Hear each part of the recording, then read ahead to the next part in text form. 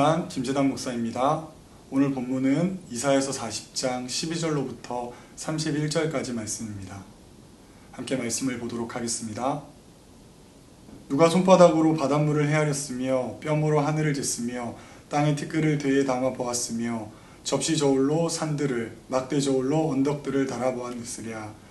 누가 여호와의 영을 지도하였으며 그의 모사가 되어 그를 가르쳤느냐.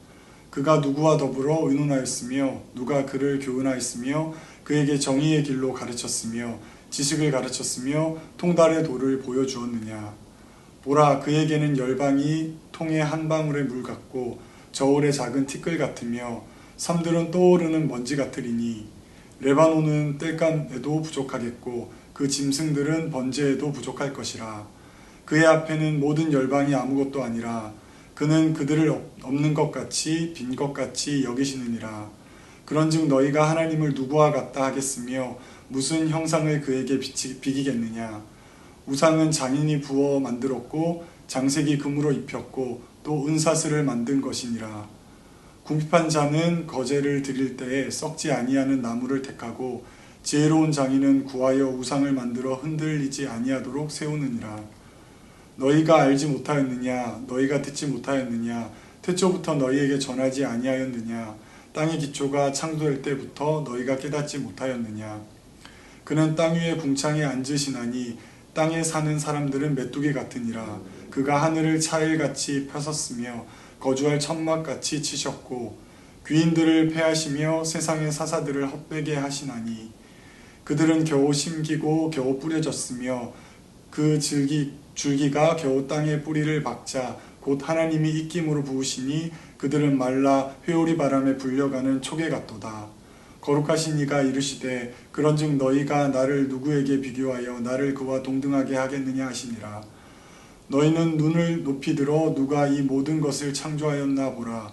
주께서는 수요대로 만상을 이끌어내시고 그들의 모든 이름을 부으시나니 그의 권세가 크고 그의 능력이 강함으로 하나도 빠짐이 없으시니라.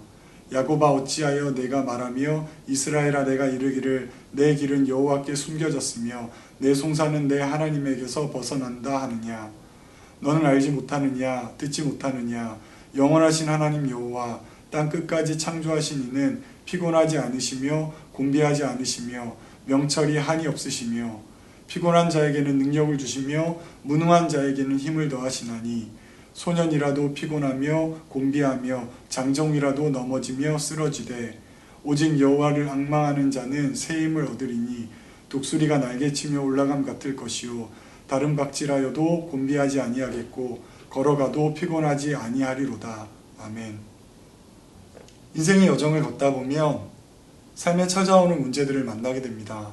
누군가에게는 건강의 문제가, 누군가에게는 경제적 문제가, 누군가에게는 가정의 문제가, 이외에도 학업, 취업, 결혼에 이르기까지 다양한 방법으로 우리의 삶의 문제들이 찾아옵니다. 삶의 문제가 찾아오면 여러분은 어떻게 반응하시나요?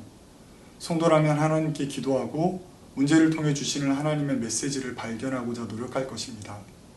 그리고 하나님의 도우심의 손길로 우리의 삶에 찾아온 문제를 해결해 주시기를 기대할 것입니다. 그런데 금방 해결될 것 같았던 문제가 오랜 시간이 지나도 해결될 기미가 보이지 않을 때 여러분은 어떤 생각이 드시나요? 저는 문제가 해결되지 않으면 하나님의 메시지를 기다리기보다는 원망의 마음이 일어났던 것 같습니다. 하나님의 도우심을 바라기보다는 실망하며 하나님께 투정 부리는 것이 저의 모습이었던 것 같습니다. 그리고 우리의 마음에 이런 원망과 실망의 마음이 찾아오면 우리의 시선은 하나님이 아닌 다른 곳으로 향하게 됩니다. 그렇다면 하나님을 떠난 우리의 시선이 향하는 곳은 어디일까요? 하나님을 벗어난 우리의 시선이 향하는 곳은 아마도 세상의 방법이 아닐까 생각됩니다. 우리가 살아가는 세상엔 세상을 살아가는 방법들이 존재합니다. 세상을 살아가며 만나는 문제들을 해결하는 방법들이 세상에도 존재하기 때문입니다. 대표적인 방법으로 첫째 전문가들을 통한 문제 해결입니다. 둘째로 물질을 통한 문제 해결입니다. 그리고 마지막으로는 인간관계를 통해 문제를 해결하는 것입니다.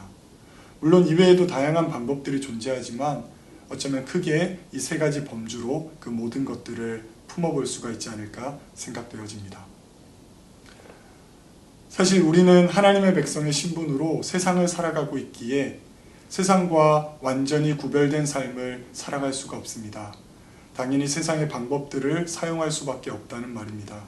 건강에 문제가 생기면 의료진과 같은 전문가들의 도움을 받아야만 합니다. 하나님의 백성들도 세상을 살아가는데 물질이 필요합니다. 아담이 홀로 지내는 것이 좋아 보이지 않아서 하와를 주셨듯이 하나님은 우리가 독처하기보다는 사람들과의 관계 속에서 살아가기를 원하십니다. 하지만 이런 세상의 방법들 때문에 우리가 하나님을 부인하거나 하나님의 능력을 부정해서는 안 된다는 것이 오늘 말씀이 우리에게 주는 메시지입니다.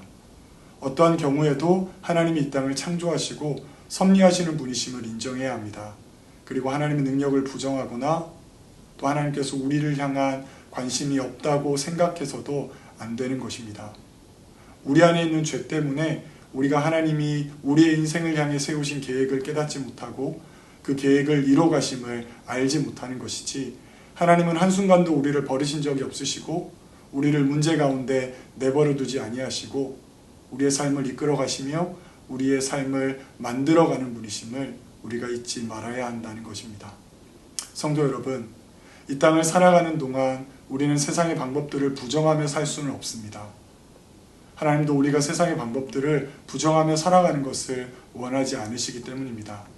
하지만 하나님은 우리에게 이렇게 말씀하십니다. 본문 17절 말씀입니다.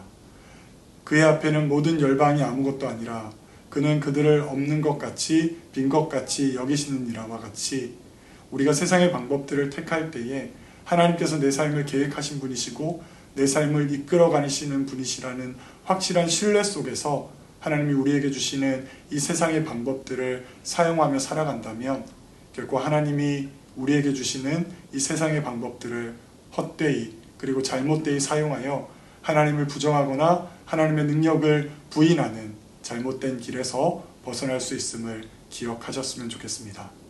하나님을 벗어난 우리의 시선이 머무는 또 하나의 곳은 바로 다른 신들입니다. 사실 성도들 가운데 다른 신들을 향해 시선을 돌리는 이들을 우리는 종종 볼 수 있습니다. 무당이나 아니면 점을 치는 이들에게 인생의 문제를 해결하려 하는 성도들도 분명 우리 주변에 존재하는 것은 사실입니다.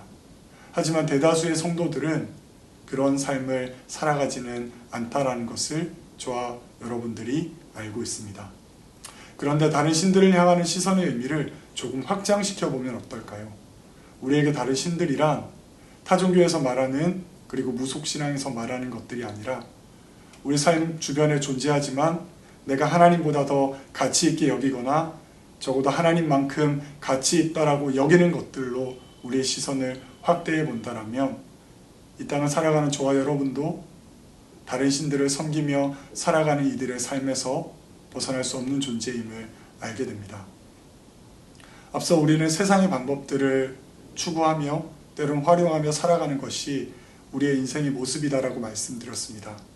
하지만 그 세상의 방법들을 하나님만큼 오히려 하나님보다 더 높게 평가하며 살아간다라면 그것은 그저 세상을 살아가는 세상의 방법의 수준이 아니라 어느덧 우리에게 하나의 신이 되며 하나님을 대체할 수 있는 삶의 중요한 가치로 여겨지기 때문입니다. 사랑하는 성도 여러분, 어떠한 경우에도 세상의 방법이 하나님과 비교의 대상이 되거나 하나님보다 더 가치 있는 존재로 여겨져서는 안 됩니다. 그것들은 어느 순간 우리의 인생을 철저하게 무너뜨릴 것이며 회복될 수 없는 상황으로 만들어버릴 것이기 때문입니다. 이제 말씀을 맺고자 합니다. 사랑하는 성도 여러분, 하나님은 이 시간에도 저와 여러분을 향해 하나님의 계획을 이루어가고 계십니다. 하지만 우리는 하나님의 계획하심을 깨닫지 못하고 하나님이 내 인생 속에 일하고 계심을 알지 못하기에 내 인생 속에 찾아오는 여러 가지 일들을 문제로 여기며 살아갑니다. 바로 우리 안에 죄가 하나님을 알지 못하게 하고 하나님의 일하심을 보지 못하게 하기 때문입니다. 따라서 우리는 우리 안에 죄가 있음을 인정하며 그럼에도 불구하고 하나님을 향한 온전한 신뢰함의 삶을 살아갈 수 있도록 더욱더 하나님께 나아가고 하나님 말씀에 우리의 삶을 비춰보아야 하겠습니다. 그리고 지금 이 시간에도 나를 위해 일하시고 계신 하나님께 내 삶을 온전히 내어 맡기고 그 하나님을 신뢰하는 삶으로 우리에게 주어진 삶을 살아갈 때 우리 앞에 놓여진 여러 가지 어려움들, 여러 가지 문제들이 우리의 삶을 가로막는 것들이 아니라 하나님께 조금 더 나아가고 하나님께 더욱더 깊이 다가갈 수 있는 디딤돌이 될 것임을 기억하시며 오늘 하루도 주어진 삶을 잘 살아가시는 여러분의 인생이 되셨으면 좋겠습니다. 기도하겠습니다. 사랑의 하나님 아버지, 우리 안에 있는 죄와 연약함이 우리를 향해 세우신 하나님의 계획을 깨닫지 못하게 하고 하나님의 일하심을 보지 못하게 합니다. 그래서 우리의 삶에 일어나는 여러 가지 일들을 하나님께 원망하고 불평하는 것이 우리의 연약함입니다. 늘 깨어 주를 보게 하시고 주의 말씀 앞에 우리의 삶을 내어놓아 하나님이 내 인생을 이끌어가고 계시는 분이심에 대한 신뢰를 더욱더 굳건히 세워가는 삶이 되게 하여 주시옵소서. 하나님을 신뢰함으로 내 인생 속에 일하시는 하나님을 느끼게 하시고 하나님을 보게 하셔서 내게 주어진 삶을 세상의 방법을 의지하는 것이 아니라 하나님 안에서 온전히 감당하는 인생 될 수 있도록 도와주시옵소서. 오늘 하루 인생을 지켜주실 줄 믿사오며 예수님의 이름으로 기도드립니다. 아멘.